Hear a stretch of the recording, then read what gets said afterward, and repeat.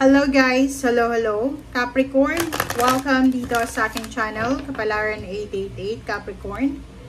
Alamin natin kung anong messages, vibration, gabay energy, okay?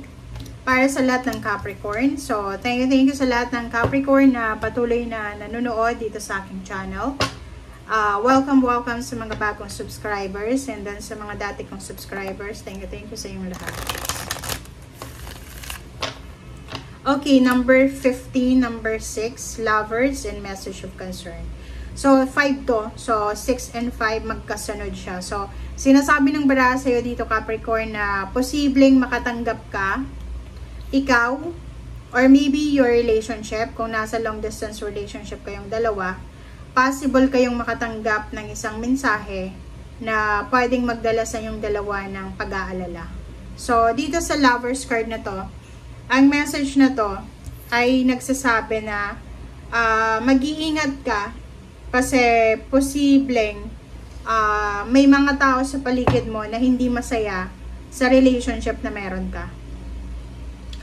Kumbaga, sinasabi ng baraha sa'yo dito, Capricorn, na mag-iingat ka sa paghawak ng iyong relationship kasi ibig sabihin, may mga tao sa paligid mo na nakatingin, nakabantay kung kung kailan ka mag-fail sa iyong relationship. So, mag-iingat ka. Pwedeng machismis ka na ikaw ay may third party or pwedeng makahanap ka ng parang isang tao, makatagpo ka ng isang tao na maiinggit sa relationship na meron ka and pwedeng siraan ka or ang relationship mo. Okay, time for healing. Dito sa barahang to, if merong mag-asawa, mag-boyfriend, girlfriend na siguro meron silang mga disagreement, mga emotional quarrels, parang ganon, posibleng kayo ay magbate, kayo ay maayos yung situation yung dalawa. Meron din dito na Capricorn na posibleng isang tao ang siniraan ka, isang tao ang, kumbaga, gumawa sa'yo ng hindi maganda, and posibleng patatawarin mo siya. It's because napilitan ka or maybe may isang tao na pinipilit ka na patawarin or parang ganun. So, comment down below if you resonated.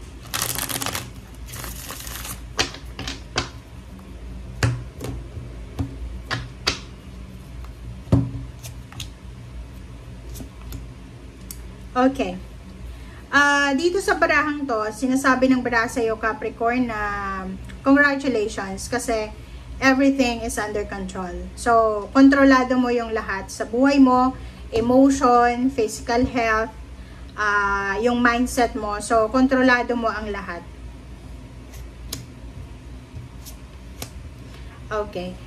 Dito naman, isang financial stability and balance na plano sa buhay ang posibleng kumbaga tinatrabaho mo na siya sa ngayon. So, nakikita natin dito, mayroong mga Capricorn na gusto niyang ma-promote sa trabaho, gusto niyang tumaas yung posisyon sa trabaho, yung salary, or maybe gusto niyang makalipat ng company or ng business. And nakikita ko sa'yo dito na busy ka sa paghahanda ng mga documents or paperwork, visa or anything na supplementary para sa plano mo. Okay?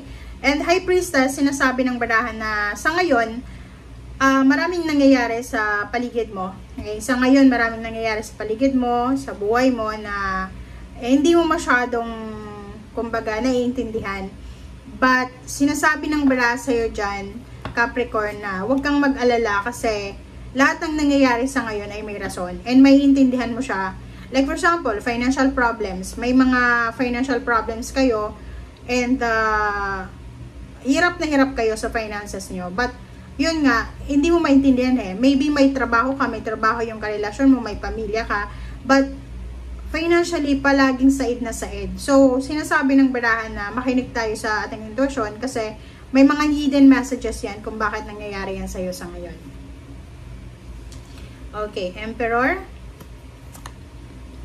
Diba? So, may nakikita ko sa'yo dito, isang babae na Capricorn, hindi siya kontento sa kung ano yung posisyon niya sa trabaho. maybe mataas na yung posisyon niya, or maybe ano na siya, nasa assistant manager, pero ang gusto niya is maging manager or supervisor. So nakikita ko sa'yo dito na gagawin mo ang lahat, tatrabahuhin mo talaga, magiging sobrang masipag ka para makuha mo itong power na to. Kasi ito yung direction mo ito yung Queen of Swords mo, ito yung gusto mong gawin, yung makuha mo yung empowerment, makuha mo yung stability, lalo na sa loob ng trabaho or sa financial na stability. Kung ikaw naman ay depressed, kung ikaw naman ay may depression, anxiety, or stress ka sa buhay, isang incoming love offer ang pwedeng dumating sa'yo. May relationship ka man or wala, isang tao na, lalo kung babae kang Capricorn, may asawa ka or wala. Okay? Single or may asawa. Sinasabi ng barahan na kung sad ka, lonely ka, stress ka, may depression ka, isang tao ang posibleng mag-offer sa'yo, lalo lalaki, ang mag-offer sa'yo ng kalinga. 'Di ba? Ang lalaking ito ay pwedeng mag-offer sa'yo ng kumbaga pagmamahal, suporta, or protection. Okay. Isang napakabilis na balita tungkol sa pera, tungkol sa pagkakakitaan, ang matatanggap mo. So, if ever you are working right now, sinasabi ng barahan sa'yo na protectionan mo yung trabaho mo. So, wag kang magre-resign agad-agad. Like, halimbawa, may trabaho ka tapos may plano ka ng mag-resign kasi lilipat ka sa mas magandang company. Wag na wag mo yung gagawin. Okay? Sa kasalukuyan, sinasabi ng baraha, lumipat ka, mag-resign ka kung siguradong sigurado na. Kasi sa kasalukuyan, sinasabi na kailangan mo munang proteksyonan ang iyong trabaho, ang iyong pera, ang iyong relationship, or ang sarili mo. 'Di ba?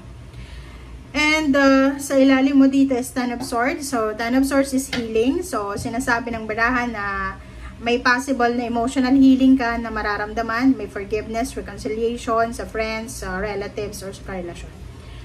Isang okasyon ang posibleng magaganap. Okay, this is unexpected. Maybe unexpected pregnancy, or maybe unexpected birth of the baby, unexpected member ng family, unexpected relationship. So, nakikita ko sa'yo dito, Capricorn, na isang kasal ang posibleng magaganap. Okay? Isang kasal ang posibleng magaganap. And ang kasal na to ay gagawin because buntis na yung babae. Nakikita natin na sobrang happiness, joy, and prosperity yung mararamdaman mo sa ngayon. Lalo na yung mga Capricorn dito na mag-asawa sila and matagal na silang naghahangad ng baby. Or yung iba sa inyo dyan na matagal na kayong naghahanap ng trabaho and ngayon lang kayo nakatagpo ng trabaho. Okay? Thank you guys for watching and see you again. Bye!